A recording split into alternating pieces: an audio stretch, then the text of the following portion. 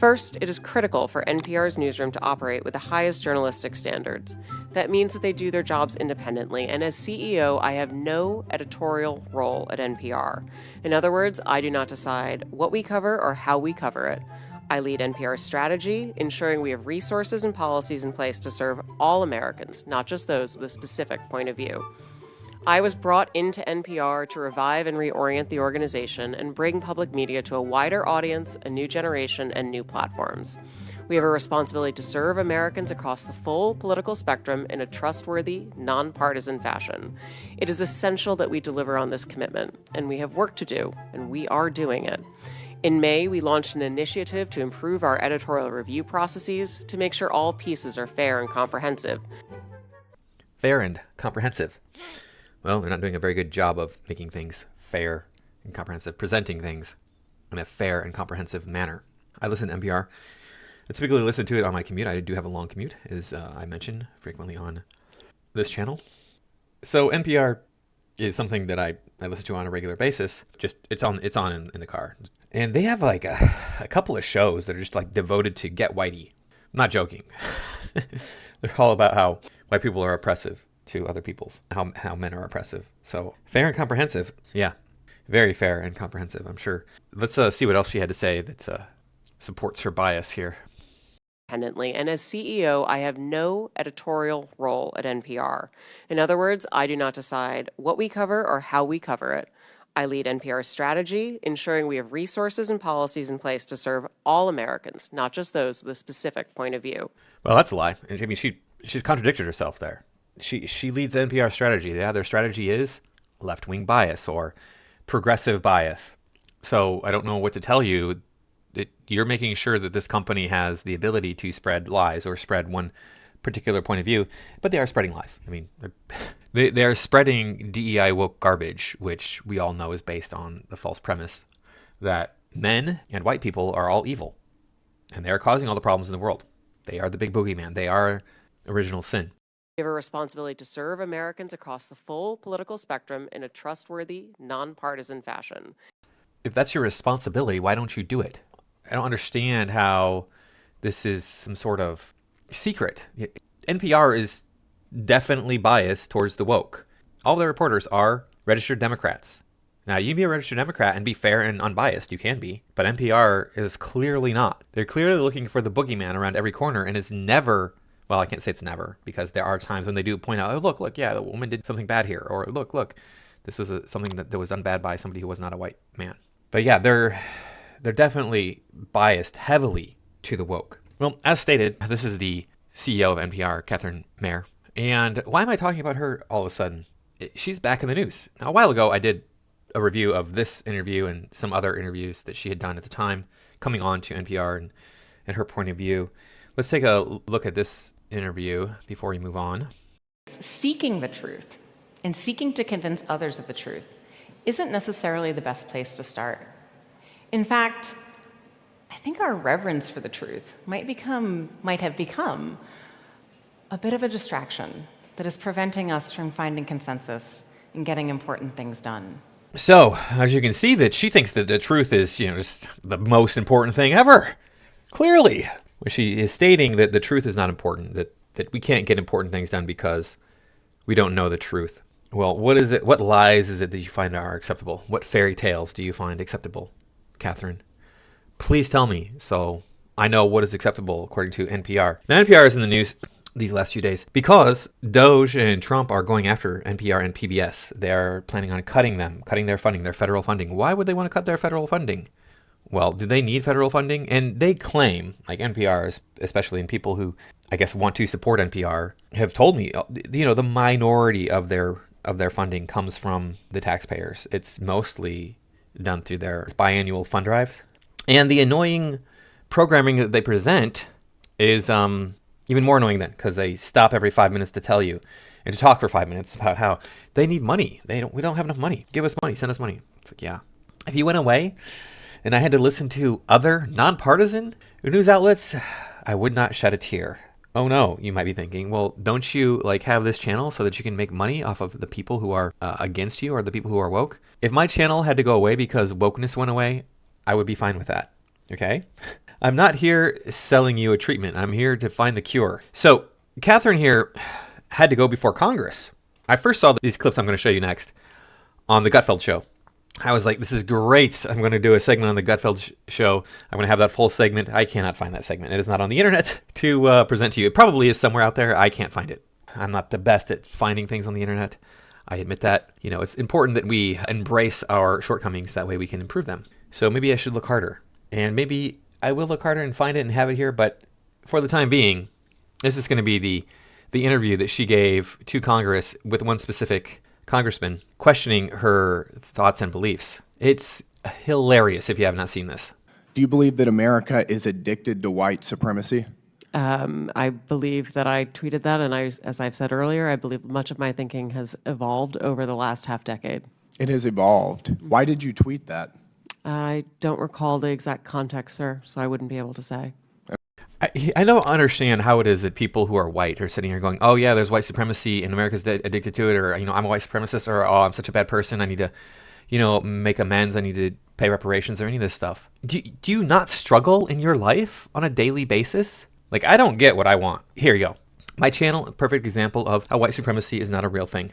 I've been doing this for 7 years. Has it been? It's coming up on 7 years, I think, this year.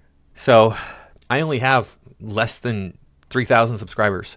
And I talk about stuff that is topical, stuff that is of interest to many YouTube viewers. You would think that I would have at least double what I have in followers. But no, my channel has not taken off. And okay, you could be like, see, it's all your fault. And I'm not saying it isn't. I'm just saying that if white supremacy is such a thing, then why am I not dominating in everything that I do? And the people who are apologists for this will tell you, well, you would be much worse off if you were not white. So as bad as you have it, it would be even worse if you weren't white. How can you measure that? Okay, it's not white supremacy. What it is dominant race supremacy. And I don't mean dominant as in dominating. I mean dominant as in numbers. There's more white people in the country than there is any other race. So you're going to end up having more white people succeeding. It's just how it is. Plus, I mean, yes, you could look historically and say like, well, black people were oppressed. Okay, so they have to catch up.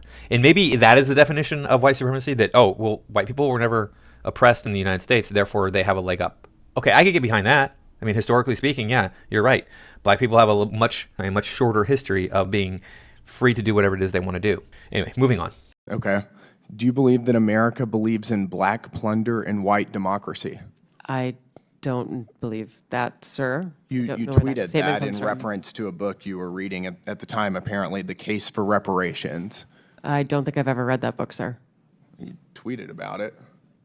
You said you took a day off to fully read The Case for Reparations. You put that on Twitter. Wow, I am a slow reader. Case for Reparations is over 350 pages long, and she took one day to read it. That's pretty good. I couldn't do that. I am a very slow reader, actually. It sounds like she was agreeing with a book that she read that she does not remember reading. Why would you read such a book, The Case for Reparations? Hey, it might be an interesting read. There might be a lot of interesting factoids in there why people feel that reparations are necessary. But punishing me today for the sins of the past, and how far back are we going to go? How far distant are we going to go from me? Because as you go back in time, I have more and more ancestors. It spreads out more and more. They are less and less related to me. They are more and more diluted. Did somewhere along the line, did one of my ancestors own a slave that was not the same race as them? Probably. Did they own that slave because they were not the same race as them? Probably, somewhere. But we can say that about everybody. So In January of 2020. Apologies, I don't recall that I did. Okay. I'd no doubt that your tweet there is correct, but I don't recall that. Okay. Do you believe that white people inherently feel superior to other races? I do not. You don't? You tweeted something to that effect. You said, I grew up feeling superior. How white of me. Why did you tweet that? I think I was probably reflecting on what it was to grow up in an environment where I had lots of advantages. It sounds like you're saying that white people feel superior. I don't believe that anybody feels that way, sir. I was just reflecting on my own experiences.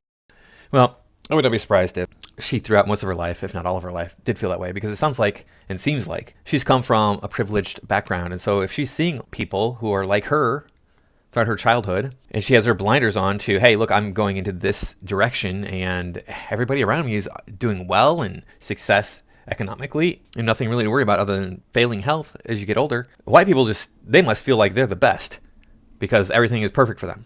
I mean, that wouldn't be an unreasonable position to take. What was it, Buddha? Buddha didn't understand the world until he left the palace because he was a prince.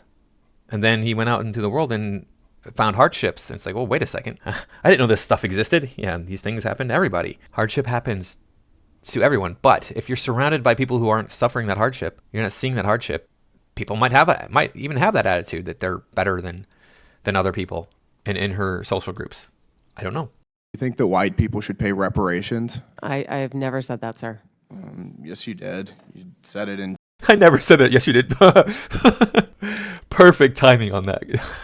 January of 2020. You tweeted, "Yes, the North. Yes, all of us. Yes, America. Yes, our original collective sin and unpaid debt. Yes, reparations. Yes, on this day." I don't believe that was a reference to fiscal reparations, sir. Oh, we have this new magical type of reparation that isn't fiscal. It's cuddles. That's right. That's what it is. We're gonna just go to everybody who deserves a reparation, give them a good hug. Oh, they're there. Pat them on the head. You suffered a lot. Oh, your ancestors. It's terrible. Oh, look, if you're gonna say, hey, reparations, then you're talking about fiscal reparations. There's no other what are you gonna give them that isn't tied to money in some way? They all deserve to have a 3-bedroom house. Okay, who's gonna pay for that 3-bedroom house? Who's gonna pay the property taxes on that? Oh, they all deserve to have like free food for that. Okay, who pays for the food? Everything is tied to money. If you're talking about giving somebody something, like I said, cuddles. That's the only thing that we can offer them. Kind words. All right, great. What kind of reparations was it a reference to? I think it was just a reference to the idea that we all owe much to the people who came before us. That's a bizarre way to frame what you tweeted. Yeah, that's because she's lying. We all owe a lot to those who came before us. Yeah, we all do we? Yep. I listen to Adam Carolla, and if you haven't watched his show or know anything about him, well, he came from nothing, basically. His mother was like this super progressive hippie woman who's on board with everything, all these different programs. Oh, we got to, save the black people. Oh, we got to save the Hispanic. Oh, the open borders, all that stuff. And his father was different. He doesn't talk as much about his father, so I can't really say much about that. But they didn't provide a fiscally responsible example for him. They didn't have anything really when they were growing up. But yeah, he's a millionaire now. So yeah, you could say he owes that because he was shown the wrong way, so he did it the right way. Or maybe he just was like, I'm going to do this because I want to make more money. I'm going to try this because I want to make money. Or I want to, I don't want to be stuck in this situation that I'm in currently as an adult. So maybe I'm going to figure out how I can make more money. You don't know. We don't know what is the influence on a person. Yes, parents are a huge influence. Maybe it was all his parents. I'm not denying that. But what do I owe to my parents? What do you owe to yours? Maybe you owe a lot. Maybe you don't owe anything. Okay. How much reparations have you personally paid? Sir, I don't believe that I've ever paid reparations. Okay, it's just for everybody else. I'm not asking anyone Seems to pay to be what you're reparations, sir. suggesting. Do you believe that looting is morally wrong? I believe that looting is illegal, and I Notice that the first thing that she says is looting is illegal. It's not morally wrong. Taking a person's livelihood, taking away their business, taking away their home, that's not a moral question. It's illegal. Okay. referred to it as counterproductive. I think it should be prosecuted. Do you believe it's morally wrong, though? Is counterproductivity morally wrong? Yeah, it is typically. I mean, if you're just screwing off and having a good time, blowing off some steam, okay, that might be counterproductive, but maybe not. Maybe that's actually what you need at that moment to make sure that your emotions are running the right way so that you can continue to be productive. Aside from that sort of thing, this woman is just all over the place. Of course. Of course. Then why did you refer to it as counterproductive? It's a very different way to describe it. It is both morally wrong and counterproductive, as well as being You illegal. tweeted, "It's hard to be mad about protests," in reference to the BLM protests, not prioritizing the private property of a system of oppression. You didn't condemn the looting. You said that it was counterproductive. NPR also promoted a book called In Defense of Looting. Do you think that that's an appropriate use of taxpayer dollars? I'm unfamiliar with that book, sir, and I don't believe that was at my You time at tweeted NPR. that you read that book, but I don't believe that I did read that. So she has selective memory problem. I have a similar problem, whereas I don't remember movies necessarily. I'll sit down and be like, oh yeah, I always want to watch this movie. And halfway through, I'm like, oh wait, I've seen this. I think I'm making it sound worse than it is. It doesn't happen that often, but it has happened to me more than once in my life. I guess I just don't waste mental energy on movies so much. So that part of my memory just is like, okay, well, I watched that movie. It was fun. I didn't like it, whatever. And I just let it go and move on to focus on more important things.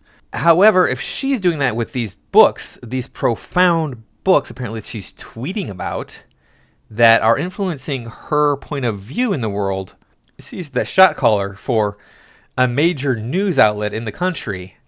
Maybe we don't give her any sort of tax dollar funding. That would be a bad thing, I would think. I don't know. I'm just spitballing here, but I'd rather not have my taxes go to somebody who is going to be politically biased and not remember how she came to her political biases. I'd rather avoid that. If they were neutral, hey, fine, have at it. If they were not taking tax dollars, okay, fine.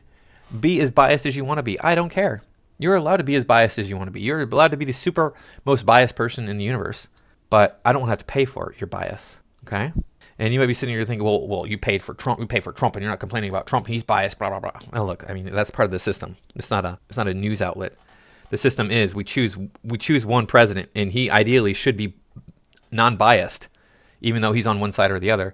And why is he on one side or the other? Why do we have this government system where it's like, oh, we have Democrats and Republicans? Simple. It's simple. It's just human psychology. They play the game. Just make all the sheep out there think, hey, I got to be this way or that way. I can't just be neutral and go about my life and then vote for the best candidate. I can't have a candidate that is the best candidate. We have to have one that's either this side or that side. It's such a game, such a joke. But that's the way a lot of people think and a lot of people respond. So anyway, thank you all for watching. I do appreciate it. I will see you all in the next video.